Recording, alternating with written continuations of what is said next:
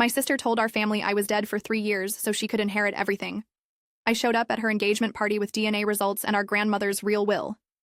The best part? Her face when she saw me walking through those doors. I wish I had a camera for that moment.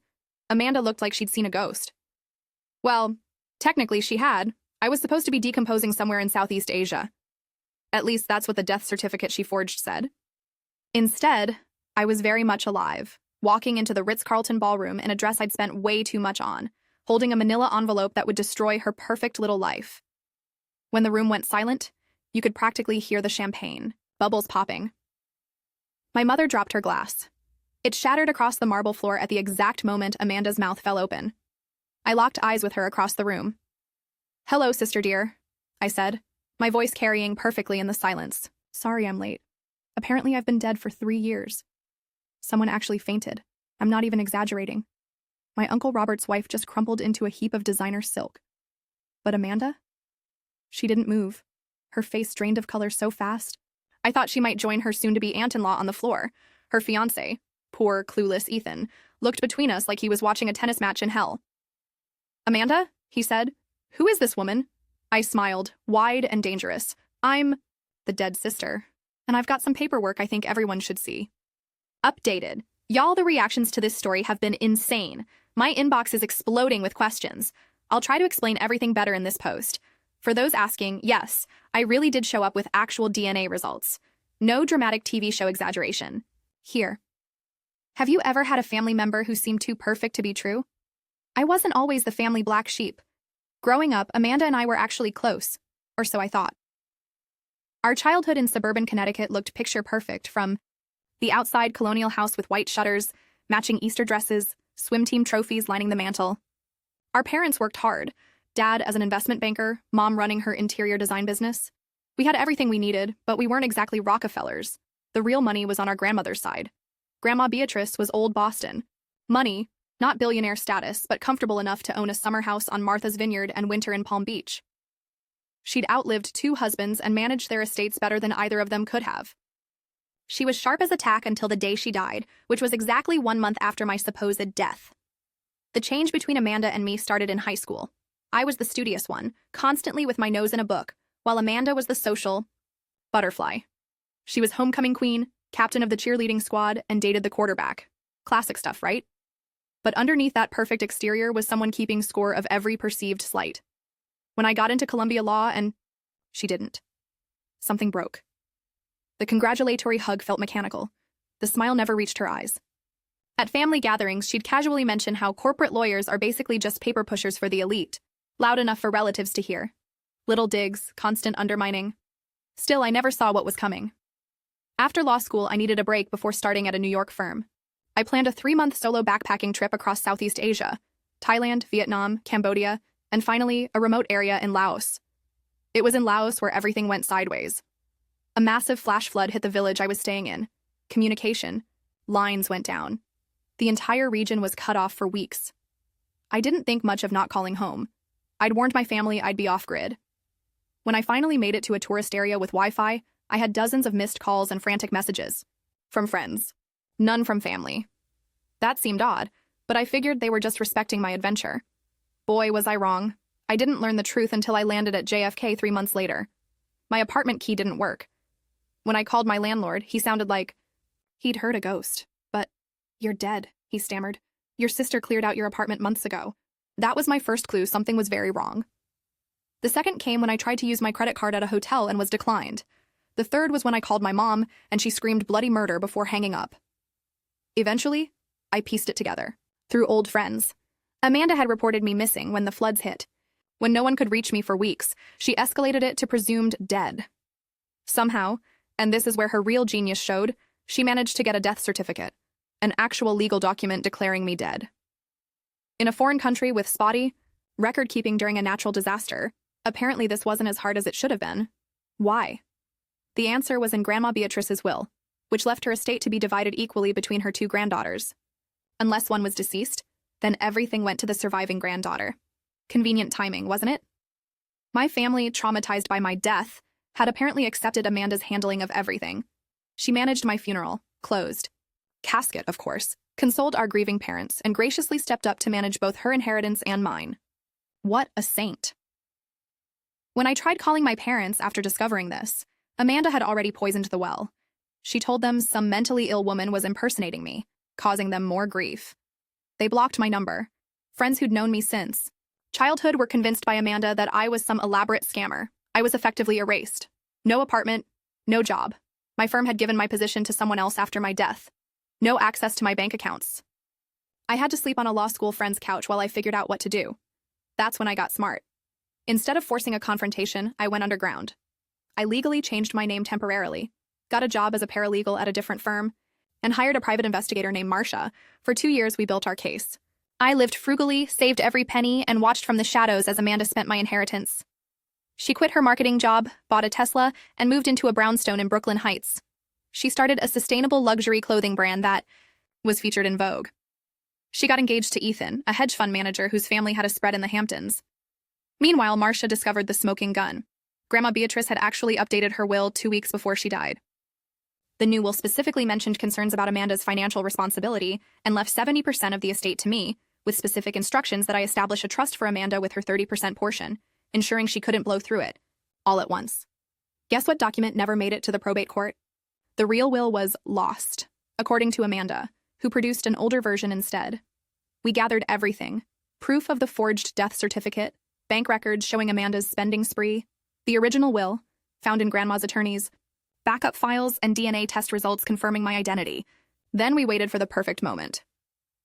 When Amanda announced her engagement to Ethan with a splashy party at the Ritz-Carlton, I knew it was time.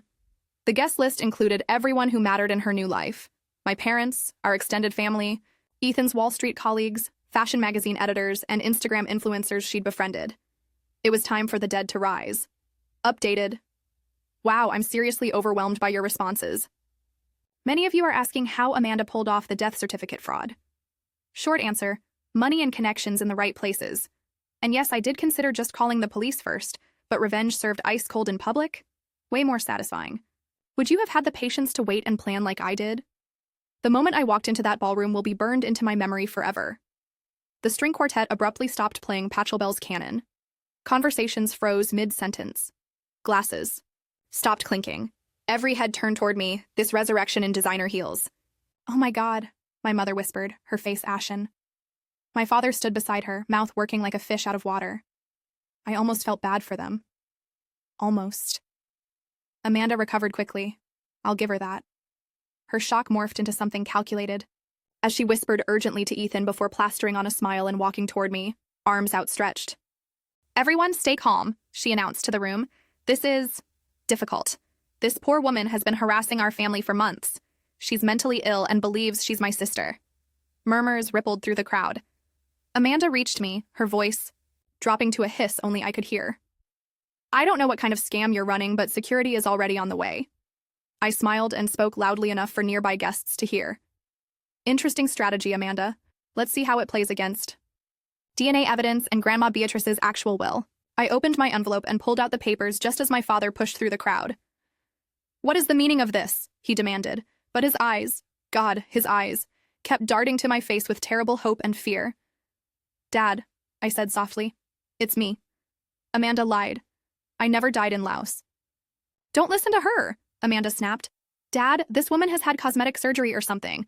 Remember what Dr. Levine said about grief making us vulnerable to—" I cut her off.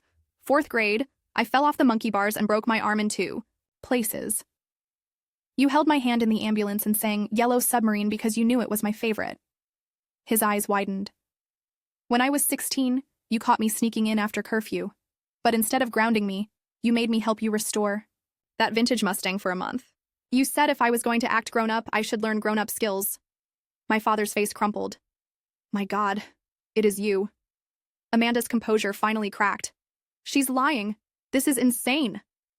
That's when Marcia stepped forward from where she'd been. Positioned by the bar, she handed copies of our evidence to my stunned parents. "This woman," Marcia said clearly, "is indeed your daughter. We have conclusive DNA evidence. We also have proof that Amanda obtained a fraudulent death certificate, emptied her sister's apartment and accounts, and most importantly, suppressed Beatrice Caldwell's final will and testament to gain control of the entire inheritance." The room erupted. Someone started sobbing. My mother, I realized. Ethan backed away from Amanda like she'd suddenly burst into flames. And Amanda, her foundation couldn't hide how pale she'd become. "You bitch," she seethed at me. "You have no idea what it was like living in your shadow. Little Miss Perfect with her law degree and Grandma's favorite. You were gone. You were supposed to stay gone." A security guard approached, looking confused about whom to remove. Marcia smoothly intercepted him, showing her PI credentials and quietly explaining the situation. My mother reached for me with trembling hands. "We had a funeral," she whispered. "We buried a casket." "Empty, I'd imagine," I replied. "Or filled with who knows what."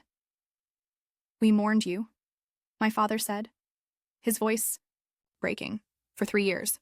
While Amanda liquidated my assets and spent my inheritance," I added.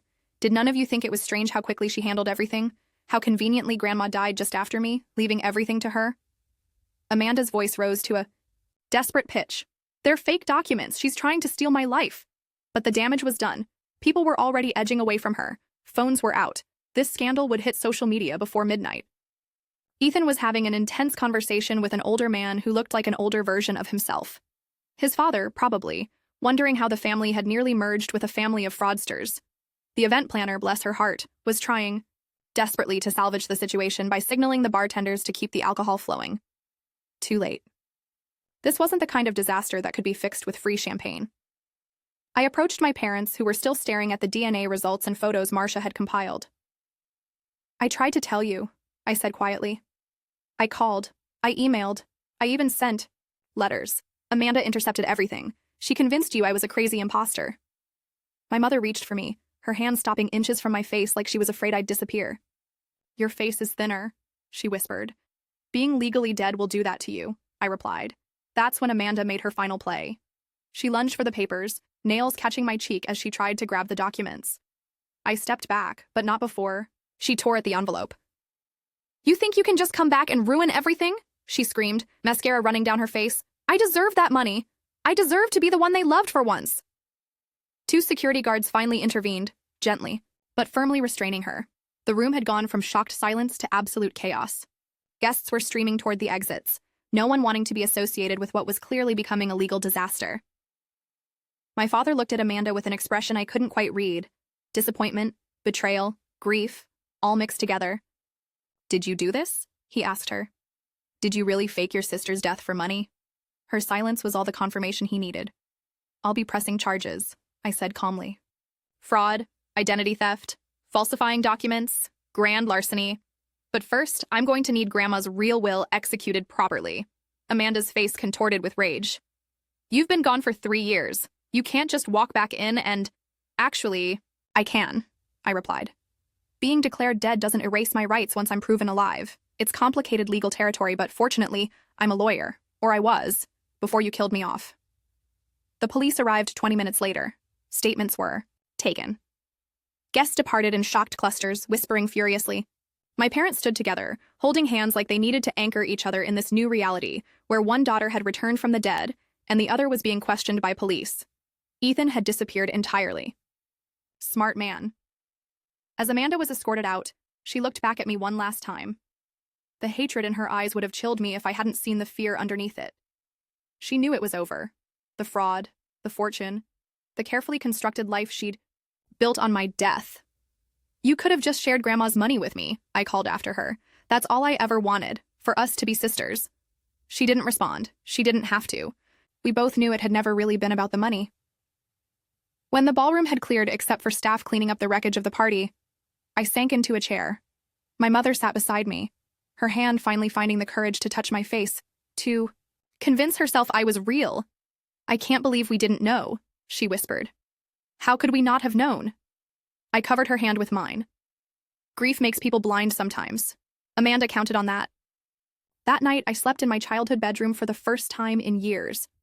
The next morning, the legal battles began, reinstating my legal status as alive, freezing what remained of Grandma's estate, initiating criminal proceedings against Amanda.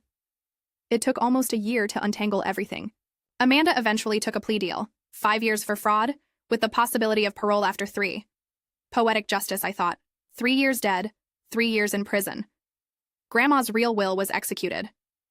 I did establish that trust for Amanda, just as Grandma wanted. She'll have something when she gets out, despite everything, because that's what Grandma would have wanted, and frankly what I need for my own peace. My relationship with my parents is complicated. There's love there, but also grief for the years lost and the betrayal we all experienced. We're in family therapy now. It helps. Sometimes, I used part of my inheritance to start a nonprofit helping people who've been incorrectly declared dead. A surprisingly large group, it turns out. Bureaucratic errors, identity theft, and sometimes, like in my case, deliberate fraud. People ask if I've forgiven Amanda. That's complicated too. I understand her resentment better now, how she felt overlooked, overshadowed. But understanding isn't forgiveness. That may come later, or it may not. What I do know is this. I'm alive. Legally, officially, undeniably alive. And no one, not even my own sister, will ever take that from me again. Updated. This is probably my last update on this whole situation. The legal proceedings are finally wrapping up, and I'm ready to move forward. For those asking about Amanda, she's serving her sentence at a minimum security facility in upstate New York. I haven't visited. I'm not sure I ever will. Has anyone else had to cut off a family member completely for your own sanity?